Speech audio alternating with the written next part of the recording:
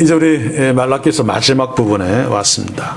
오늘 우리가 보는 말라기서 4장 4절 6절은 말라기서의 결론은 틀림없죠. 좁게는. 그러나 좀 넓게는 구약 성경 전체의 결론입니다. 뿐만 아니라 중요한 신약 성경으로 넘어가는 징검다리이기도 하죠.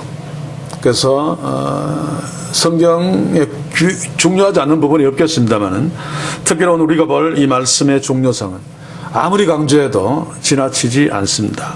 그래서 우리는 오늘 좀 집중해서 오늘 이 말씀을 함께 보아야 할 것입니다.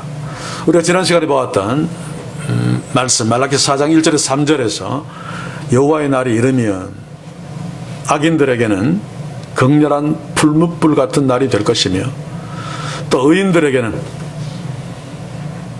아무리 많은 상처를 입었어도 떠오르는 태양 같은 하나님께서 오셔서 그의 치료하는 옷자락으로 우리 모두를 완전하게 치료해 주시고 외양간에서 뛰어나와서 막 뛰노는 송아지처럼 또 하나님께서 원수를 다 태워버리는 그 죄를 짓밟는 그 기쁨을 주시겠다라고 하는 것을 우리가 살펴보았습니다. 자, 그런데 이 여호와의 날, 세상이 끝나는 날이죠. 이 여호와의 날, 하나님께서 아무런 사인 없이 그냥 인간이 닥치도록 하지 않겠다는 말입니다. 그래서 오늘 이 말씀은 그 여호와의 날 이전에 하나님께서 어떤 사인을 주셔서 예정된 하나님의 백성들은 그 사인을 알아차리고 마지막 날을 준비할 수 있도록 은혜를 베푸시겠다라고 하는 말씀이 오늘 5절의 말씀입니다. 우리가 이미 읽은 대로 그 사인이 뭡니까?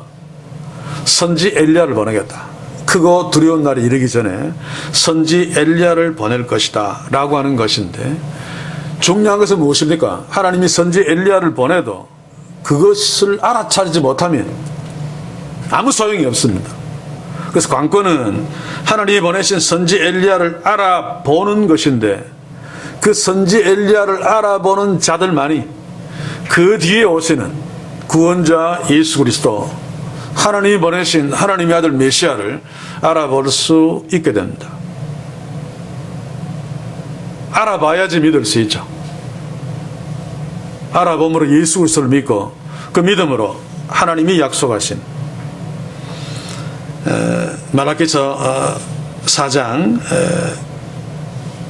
우리가 지난 시간에 보았던 4장 2절 3절에 그 놀라운 축복을 누리게 될 것입니다. 그러면 중요한 것은 하나님이 선지 엘리야를 보내실 때 그 선지 엘리야를 누가 어떻게 알아볼 수 있겠는가? 우리 연약한 인생이 하나님이 보내신 엘리야를 과연 알아차릴 수 있을까? 지금 주어진 말씀을 통해서 그 답을 함께 찾아갈 수 있길 바랍니다. 가장 중요한 부분이죠. 못 알아차리면 하나님의 자녀가 아니고 그러면 끝나버립니다. 4절을 함께 읽겠습니다. 제가 한번 읽어보겠습니다. 너희는 내가 호렙에서 온 이스라엘을 위하여 내 종 모세에게 명한 법, 곧 율례와 법도를 기억하라. 크고 두려운 날이 이르기 전에 이스라엘이 해야 할 일이 무엇인가 하면 하나님이 주신 율례와 법도, 다시 말해서 모세의 율법을 기억하는 것입니다. 자, 이스라엘이 기억해야 하는 율례와 법도는 하나님께서 호렙산에서 모세에게 이미 주신 말씀이죠.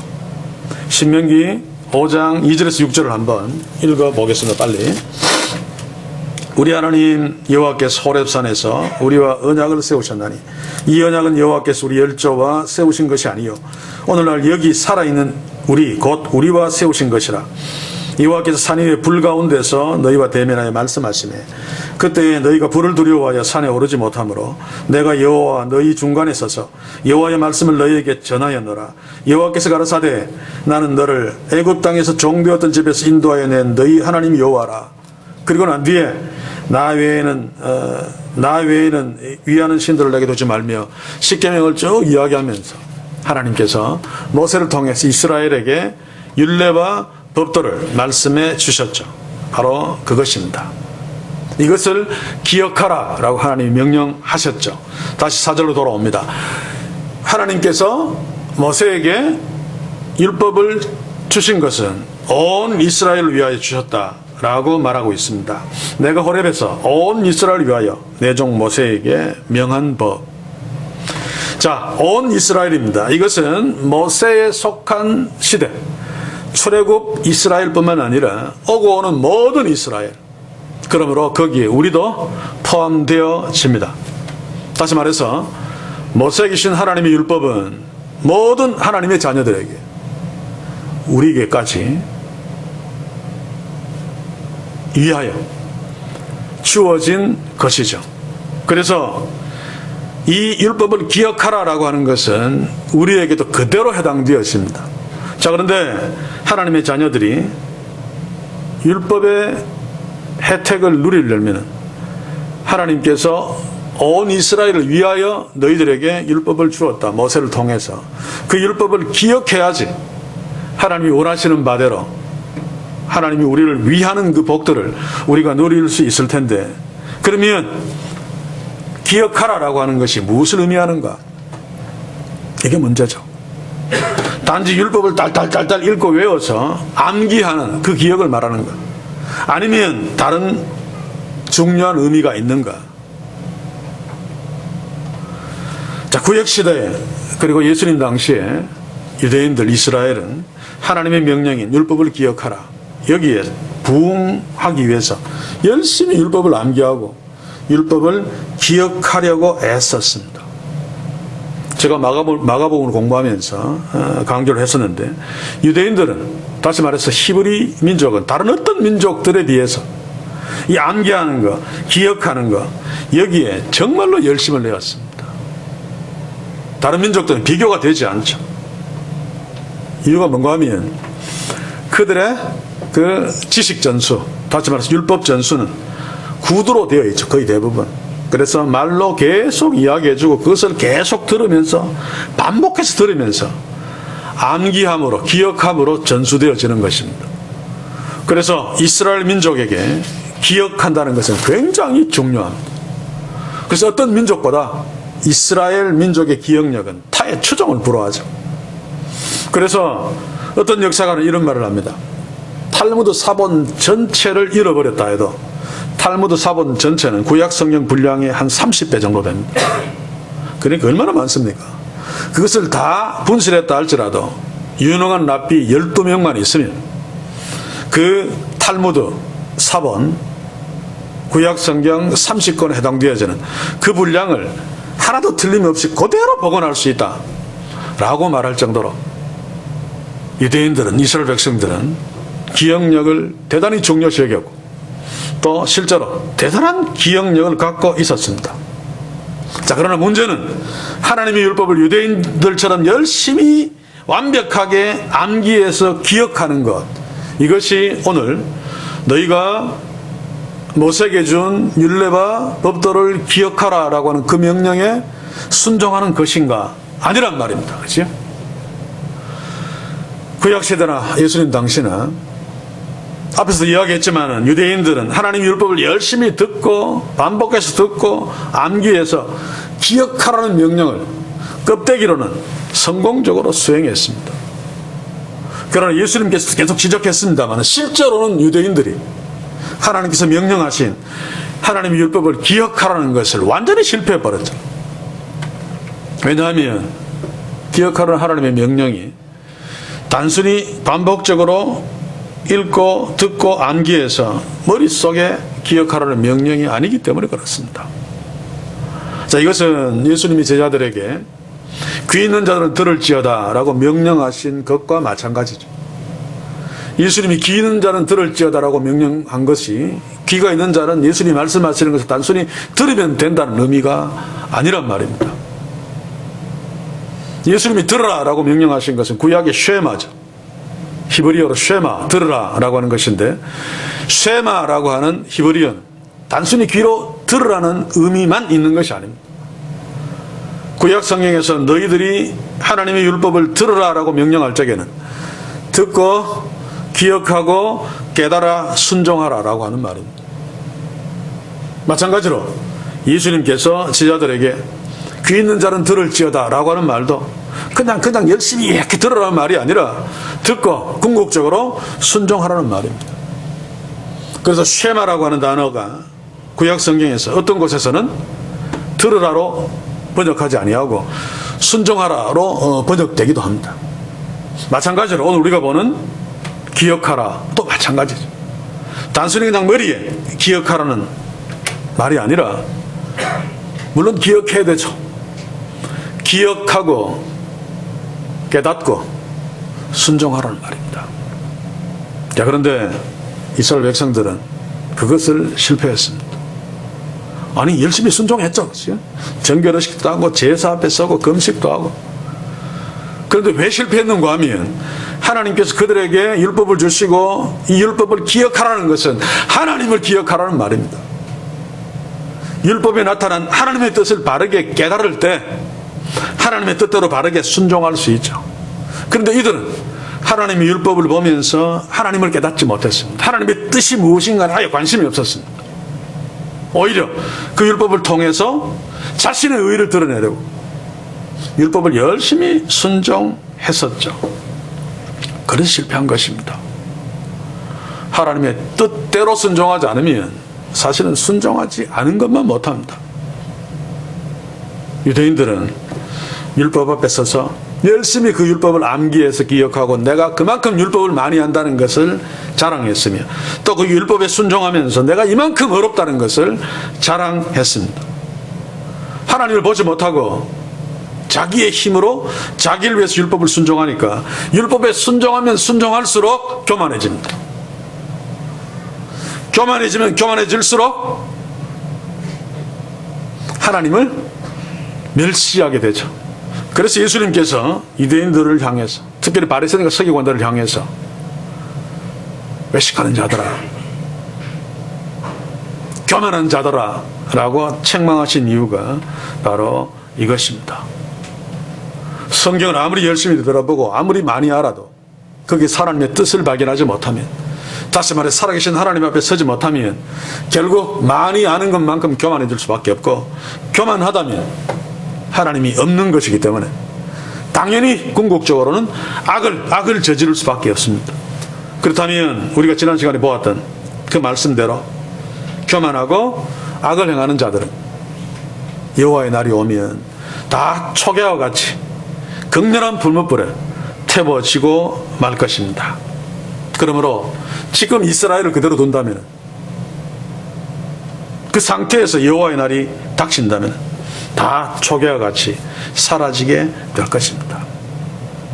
이게 문제죠. 예수님 당시에도.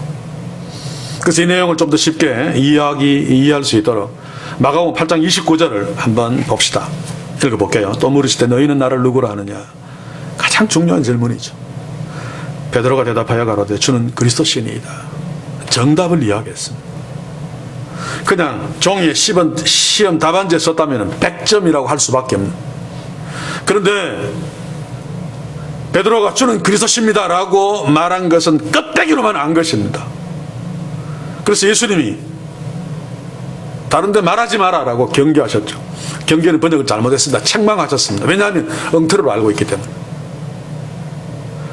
자, 엉터리로 베드로가 알고 있었기 때문에, 하나님의 그리스도를 바르게 알지 못했기 때문에 베드로가 한 짓은 사탄 짓이었습니다.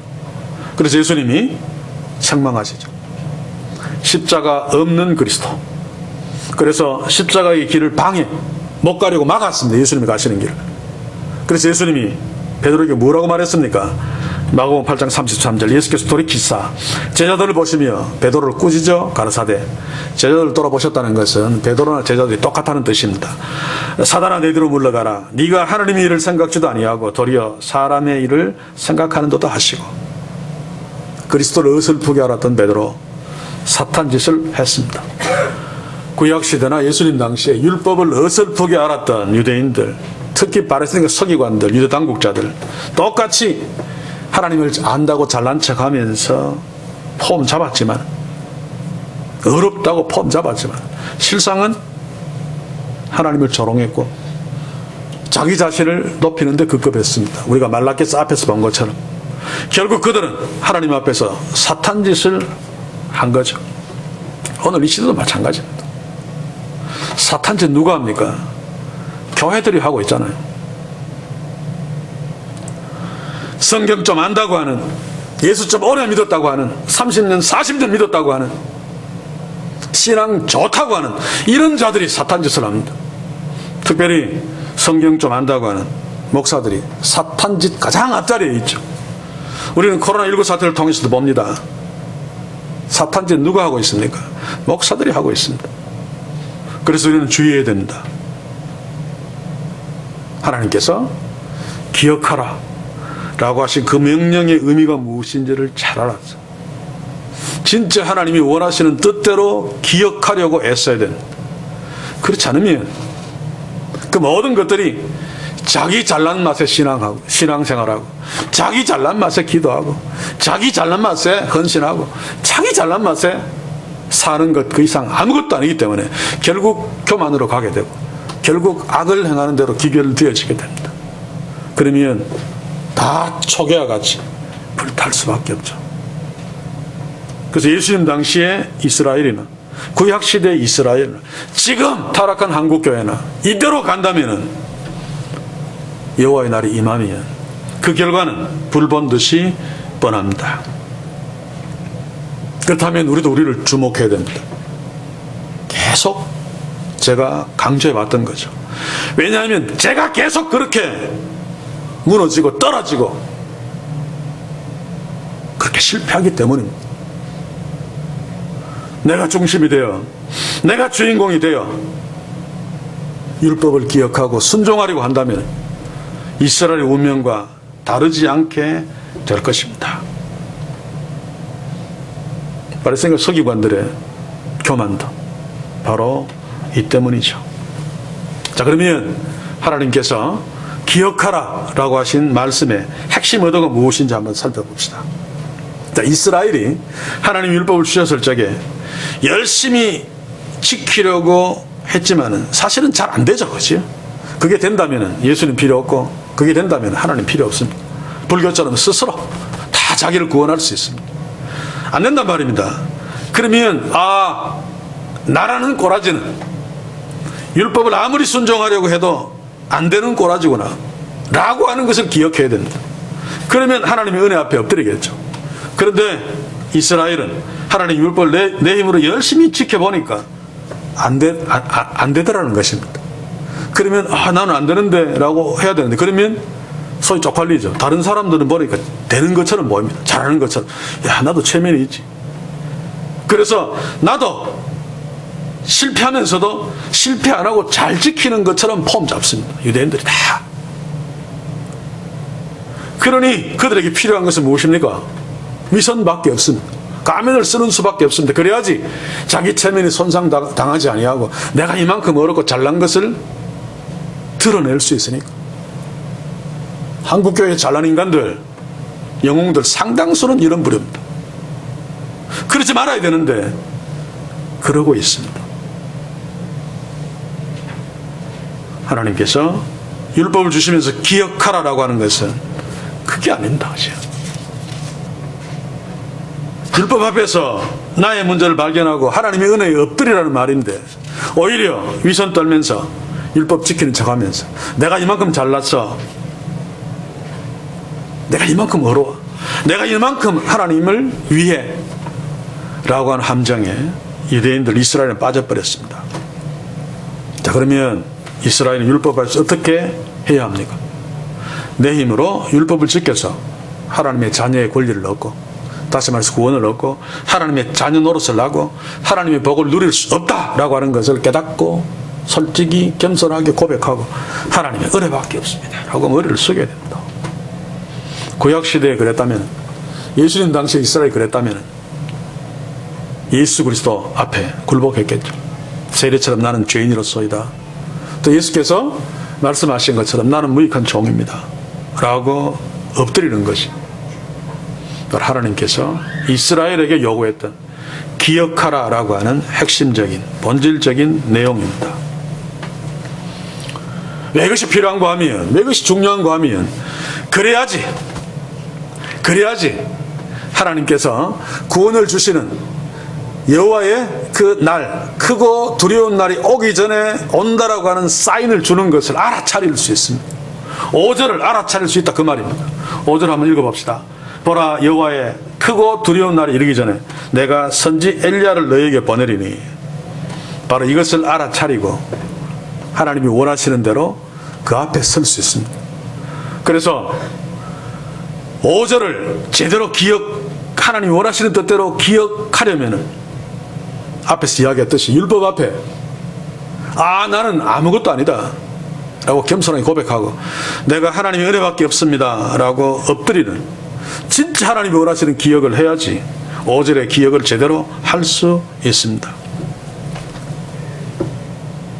다시 설명하면 율법은, 이스라엘에게 주신 그 율법은, 하나님이 우리를 위해서 주신 율법은 율법을 100% 지켜서 하나님의 어렵다 하심을 인정받으라는 뜻이 아니고, 내가 율법을 지킬 수 없는 나 자신을 발견하고 하나님의 은혜가 없으면 난 안 됩니다 라고 엎드리도록 하기 위해서입니다. 내가 하나님의 자녀된 것도 하나님의 은혜였다. 내가 지금 복을 누리는 것도 내가 뭔가를 잘해서 열심히 해서 하나님이 이뻐해서 주시는 것이 아니라 이미 하나님의 은혜로 계속 주시는 것이다. 이 사실을 바르게 깨닫는 것이 기억입니다. 이 하나님의 우리에게 주신, 이스라엘에게도 동일하게 주실 것이고 주셨습니다만 극치가 예수 그리스도의 십자가입니다. 십자가. 그래서 바울은 율법을 그리스도에게로 인도하는 몽학 선생이라고 말했죠. 갈라디아서 3장 24절 한번 봅시다. 이같이 율법이 우리를 그리스도에게로 인도하는 몽학 선생이 되어 우리로 하여금 믿음으로 말미암아 어렵다함을 얻게 하려 함이니라. 이스라엘 백성들은 율법을 열심히 순종해서 안 되니까 위선을 떨어서라도 여기서 어려움을 스스로 드러냈습니다만, 실제 하나님 율법을 주신 목적은 이 율법을 통해서 내가 아무것도 아니라는 사실을 깨닫고 그 뒤에 오시는 그리스도를 통해서 하나님께로부터 어렵다 하심을 받도록 하기 위해서 하나님 율법을 주셨다는 것입니다. 바로 그 본질을 기억하는 것이 중요하죠. 계속해서 로마서 3장 20절 한번 읽어보겠습니다. 그러므로 율법의 행위로 그의 앞에 어렵다 하심을 얻을 육체가 없나니 율법으로는 죄를 깨달음이니라. 이것은 현재 그리스도에는 그대로 통합니다. 성경 말씀을 순종하려고 애쓰며 계속 나의 죄인됨, 나의 연약함이 계속 보이죠. 순종하려고 애쓰지 않는 사람들은 모릅니다. 그냥 내가 잘난 줄 압니다만 한번 순종해 보십시오. 성령이 우리 속에 있고 우리가 거듭났고 오랫동안 신앙생활을 했어도 성공하는 것보다 실패가 훨씬 더 많고, 성공도 하나님 보시기에는 성공이 아닙니다. 나는 부모님께 효도했습니다. 가만히 생각해 보십시오. 중간에 부모님을 실망시키는 일을 한 번도 안 했습니까? 그냥 잠깐 효도하고 나는 효자인 것처럼 착각하는 것이 우리 아닙니까? 그렇지? 그렇기 때문에 우리도 주의 말씀 앞에 서서 매일매일 큐트합니다만 순종하려고 애쓰면서 그래도 불구하고 나의 연약함, 맨날 넘어지는 나를 발견하고, 그럼에도 하나님이 나를 하나님의 자녀로 사랑하시는 그 은혜 앞에 서서 감사하면서 날마다 사는, 그러면 우리 속에 성령께서 더욱 강력하게 역사해 주셔서 실패가 점점 줄어들고 주의 말씀에 더 잘 순종하며, 더 잘 순종하면 순종할수록 나는 더 연약하고 어리석은 자임을 더 깨닫고 더 하나님의 은혜를 의존하는, 이게 신앙이 성숙해가는, 믿음이 장성해가는 하나님의 자녀의 진짜 모습입니다. 그래서 하나님께서 이스라엘에게 우리에게 율법을 주신 목적을 다시 한번 설명하면 로마서 3장 21절 22절, 이제는 율법 외에 의한 의가, 하나님의 의가, 한 의가 나타났으니 율법과 선지자들에게 증거를 받은 것이라 곧 예수 그리스도를 믿는 자에게 미치는 하나님의 의인이 차별이 없느니라. 여기에서 예수 그리스도를 믿는 자에게 미치는 하나님의 의인은 예수 그리스도를 믿음으로 하나님이 주시는 구원을 말합니다. 바로 이 인간에게 가장 중요한 이 구원의 역사를 하나님이 시작하시면서 그 전에 사인을, 표적을 주시는데 그것이 바로 말라기서 4장 5절이라는 말씀이죠. 말라기서 4장 5절을 다시 봅시다. 보라, 여호와의 크고 두려운 날이 이르기 전에 내가 선지 엘리야를 너희에게 보내리니. 여기서 보라라고 하는 것은 4절에서 왜 율법을 기억해야 되는가, 그 이유가 기록된 중요한 5절을 신경 써서 주목하라고 환기시키고 강조하는 것이죠. 왜냐하면 하나님이 이스라엘에게 하나님의 율법을 하나님이 원하시는 때대로 기억해야지 하나님께서 사인을 주시는 5절에 그 사인을 알아차릴 수 있기 때문입니다. 근데 예수님 당시 이스라엘은 못 알아차렸죠. 그렇죠? 제자들도 못 알아차렸습니다. 처음에. 자, 그런데 5절도 해석에 문제가 있습니다. 분분합니다. 왜냐하면 하나님이 보내실 선지 엘리야가 크고 두려운 날이 이르기 전에 온다라고 기록되어 있기 때문에 세례 요한이 아니라고 말합니다. 왜냐하면 세례 요한은 이미 왔고 그 뒤에 지금 2000년이 넘는 우리에게까지도 아직 크고 두려운 날이 안 임했는데 세례 요한은 크고 두려운 날이 임하기 전에 올 엘리야가 아니라는 거죠. 그래서 예수님이 재림하시기 전에 엘리야가 반드시 온다라고 생각합니다. 앞으로 온다라고 생각합니다. 이것은 복음지혜 진영에 있는 보수 신학자들도 상당수가 이렇게 이해하고 있습니다. 그러나 그렇지 않습니다. 그렇죠? 왜냐하면 예수님께서 말라기서 4장 5절에 그 엘리야가 세례 요한이라고 단정했죠. 마태복음 17장 12절 13절을 읽어보겠습니다. 내가 너에게 말하노니 엘리야가 이미 왔으되 사람들이 임의로 대우하였도다. 이것도 번역 잘못했습니다. 그렇죠? 임의로가 아니고 지 맘대로 함부로. 임의로하고는 뜻이 많이 다르죠. 대우하였다도 잘못되었습니다. 대우했다는 말은 뭐 좀 잘못 대우해 주었다 뭐 이런 의미인데 행동하다는 뜻입니다. 상대방에게 어떤 힘을 가하다는 뜻이죠.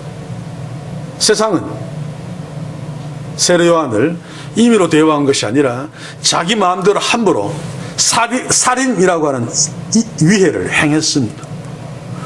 자, 그랬는데 인자도 이와 같이 그들에게 고난을 받으리라. 그제야 제자들이 예수의 말씀하신 것이 세례 요한인 줄 깨달으리라.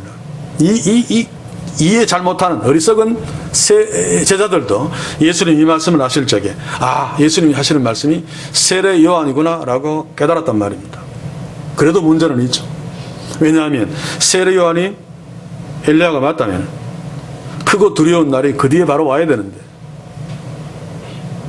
지금까지 안 왔으니까 예수의 재림 전에 엘리야가 온다는 말이 오히려 맞는 말이 아닌가. 자, 그런데 그렇지 않습니다. 세례 요한은 크고 두려운 날이 오기 직전에 왔습니다. 그리고 그 뒤에 예수 그리스도가 이 땅에 왔죠. 먼저 이야기하면 예수 그리스도가 이 땅에 오시는 그날부터 크고 두려운 날이 시작되었습니다. 심판이 시작된 것입니다. 이미 그 심판의 종지부를 예수님이 다시 재림하셔서 찍을 것입니다만, 자, 요한복음 3장 18절, 9장 39절, 12장 31절을 제가 계속 읽어보겠습니다.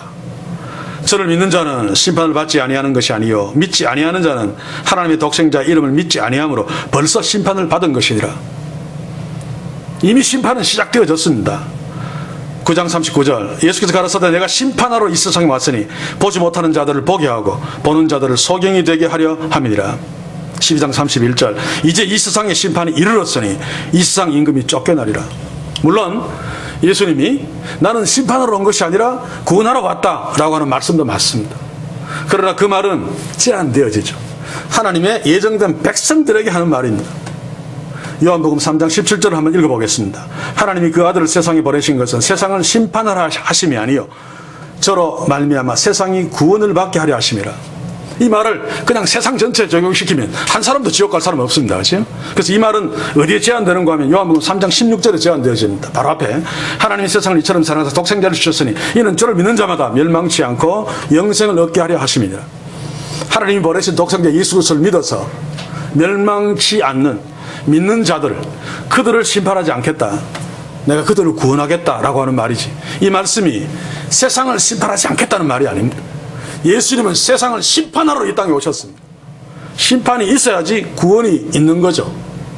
단지 심판을 시작하러 오셨고 심판이 진행되어졌고 그 결과는 예수님이 재림하실 적에 최고의 심판으로 마침표를 찍을 것입니다. 그러므로 말라기서 4장 5절에서 크고 두려운 날이 임하기 전에 선지 엘리야를 보내주겠다라고 하는 그 선지 엘리야가 세례 요한이 틀림없습니다. 왜냐하면 그 뒤에 바로 예수님이 오심으로 크고 두려운 날이 시작되었기 때문에. 자, 그러면 선지 엘리야로 대변되어지는 세례 요한이 와서 할 일이 무엇입니까? 6절 4장 6절을 봅시다. 그가 아비의 마음을 자녀에게로 돌이키게 하고 자녀들의 마음을 그들의 아비에게로 돌이키게 하리라. 자, 이 말은 이스라엘의 가정을 화목하게 하겠다는 말이 아닙니다. 제가 주석들을 좀 살피니까 불화한 가정이 화목되고 뭐 이렇게 나오는데 세례 요한은 불화한 가정을 화목시키기 위한 어떤 가정 상담사로 온 것이 아니죠. 물론 그것도 이스라엘의 그 문제는 문제일 것입니다만 이스라엘의 본질적인 문제, 가장 심각한 문제는 가정 불화 정도가 아니고 언약 백성인 이스라엘 백성들이 하나님과의 불화입니다. 이스라엘 전체가 하나님을 배반한 것이 문제죠. 바로 이것 때문에 세례 요한이 온 것입니다. 그래서 아비의 마음을 자녀에게로 돌이키고 자녀의 마음을 그들의 아비에게로 돌이키게 하리라 라고 할 적에 이 아비를 번역 잘못했습니다. 그렇죠? 조상이라고 번역해야 됩니다. 아버지라고 번역할 수도 있고 할아버지라고 번역할 수도 있고 있는데 조상입니다. 조상. 자, 이 말을 이해하기 쉽게 다시 설명하면 조상들의 마음과 자녀들의 마음을 같게 하겠다는 말입니다. 똑같은 말이 누가복음 1장 17절에 나오죠. 세례 요한에 대해서 천사가 예언한 말이 있습니다. 누가복음 1장 17절을 제가 읽어볼게요. 제가 엘리야의 심령과 능력으로 주 앞에 앞서가서 아비의 마음을 자식에게 거스리는 자를 의인의 슬기에 돌아오게 하고, 여기에서 아비는 조상들의 마음을 자식에게, 여기서 말하는 조상은 이스라엘의 믿음의 조상들입니다. 대표적인 두 사람을 예를 든다면 아브라함 같은 조상, 모세와 같은 조상, 다윗과 같은 조상이죠. 이들은 겸손하게 하나님 앞에 무릎을 꿇은 자들입니다. 율법 몇 개 지키고 내가 잘났다고 거들먹거린 자들이 아닙니다. 진짜로 하나님께로 돌아온 자들이죠. 이 아비의 마음을 자식에게로, 이 조상들의 마음과 같이 지금 이스라엘 백성들을 그렇게 만들려고 세례 요한이 먼저 왔다는 거죠. 그래서 완성하는 자는 예수 그리스도신데, 그런데 만약에 돌이키지 아니하면 어떻게 됩니까? 두렵건대 내가 와서 저주로 그 땅을 칠까 하노라. 제가 구약 성경은 히브리를 잘 몰라서 관심을 크게 갖지 않습니다만, 그러나 이 번역도 잘못되었습니다. 제가 우문을 살펴보니까 저주로 그 땅을 칠까 하노라. 칠까 말까? 어떤 그런 마음이 아니고 내가 반드시 치겠다는 말입니다. NIV 영어 성경을 보면 제대로 번역을 했어요. I will come and strike. will은 의지미래죠, 그렇죠? 나는 올 거야. 그리고 strike 칠 거야. The land, 그 땅을 with a curse, 저주로. 조상 아브라함과 모세처럼 하나님께로 돌이키지 아니하는 자들은 내가 와서 반드시 저주로 칠 거다 라고 하나님께서 말씀하고 있습니다. 세례 요한이 와서 하는 일들, 궁극적으로 예수 그리스도를 통해서 이스라엘이 돌이키지 아니하면 하나님이 저주로 반드시 칠 거다. 자, 그러면 하나님께로 돌이키는 방법이 무엇입니까? 저주를 피할 수 있는 방법이 무엇입니까? 우리는 이미 알고 있죠. 요한복음 3장 16절을 다시 읽겠습니다. 하나님이 세상을 이처럼 사랑하사 독생자를 주셨으니 이는 저를 믿는 자마다 영생을 얻게 하려 하심이니라. 사랑하는 성도 여러분, 하나님의 율법을 엉터리로 기억했던 이스라엘의 끝은 하나님의 심판밖에 없습니다. 바로 이것이 잘난 인간의, 내가 잘났다고 하는 인간의 궁극적인 결론이죠. 스스로 자초한 심판입니다. 지금도 타락한 한국교회는 이 길을 계속 가고 있습니다. 그래서 우리의 비전, 우리의 사명, 우리의 꿈이 중요하죠. 그대로 가면 내가 와서 저주로 그 땅을 반드시 칠 것이다 라고 하는 것에 해당되어지게 될 것입니다. 이게 인간의 운명인데, 그래서 구약 성경의 마지막 단어가 뭔고 하면 저주입니다. 히브리어로 헤렘이죠. 오늘 말라기에서 보면 내가 와서 저주로 그 땅을 칠까 하노라 라고 하는 것, 히브리어 어순대로 하면 내가 반드시 칠 것이다, 그 땅을 저주로. 그래서 히브리어 성경의 마지막 단어가 헤렘입니다. 굉장히 무서운 단어죠. 이게 예수 그리스도 없는 인간의 결론입니다. 헤렘의 뜻을 한번 살펴봅시다. 여호수아서 6장 21절 한번 봅시다. 성중에 있는 것은 다 멸하되 남녀 노유와 남자 여자 노인 젖먹이 유아와 우양과 나귀를 칼날로 멸하리니 멸하되 멸하리니 다 헤렘이라는 말입니다. 하나님의 헤렘, 하나님의 심판은 숨쉬는 것들은 갓난아기라 할지라도 깡그리 다 죽여버리는 것, 이게 바로 헤렘입니다. 그래서 예수를 통해서 하나님께로 돌이키지 아니한 자들은 아무리 율법을 완벽하게 암기하고 있다 할지라도, 아무리 겉으로 보기에 율법에 잘 순종한 것처럼 보인다 할지라도, 목사 노릇을 60년 했다 할지라도 하나님의 저주 헤렘 앞에 설 수밖에 없습니다. 구약의 결론이 바로 이것인데, 그러나 감사하게도 하나님께서는 구약에서 약속하신 대로 선지 엘리야 세례요한을 먼저 보내시고 뒤이어 예수 그리스도를 보내주셨죠. 그리고 우리의 주님 예수 그리스도는 십자가에 기꺼이 달려 죽으심으로 우리를 헤렘에서부터 구해내셨습니다. 자, 그런데 누가복음을 보시면 놀랍게도 오늘 등장한 모세와 엘리야가 벼라산상에서 예수님 앞에 나타납니다. 누가복음 9장 30절 31절 한번 읽어볼게요. 문득 두 사람이 예수와 함께 말하니 이는 모세와 엘리야라. 영광 중에 나타나서 장차 예수께서 예루살렘에서 별세하실 것을 말씀하실세. 그래서 오늘 이 말라기스의 마지막 부분도 모세와 엘리야가 등장하죠. 그래서 이것도 궁극적으로 무엇을 지금 보고 있는가 하면 예수의 십자가를 지금 바라보고 있는 것입니다. 예수의 십자가, 하나님의 아들의 죽으실, 바로 이것만이 모든 인간의 헤렘, 그 저주를 깨뜨릴 수 있는 능력입니다. 십자가의 능력이죠. 우리는 그 십자가를 믿음으로, 아니 성령께서 우리로 하여금 그 십자가 예수 그리스도를 믿게 하심으로 우리는 헤렘으로부터 자유하고 하나님의 자녀가 되었습니다. 그래서 지지난 시간에 보았던 7절 말씀이 그대로 우리에게 성취되어졌죠. 만군의 여호와가 이르노라. 내가 나의 정한 날에, 예수의 십자가의 날, 우리가 예수 믿는 날에 그들로 나의 특별한 소유를 삼을 것이요, 우리가 하나님의 자녀라는 특별한 소유가 되었습니다.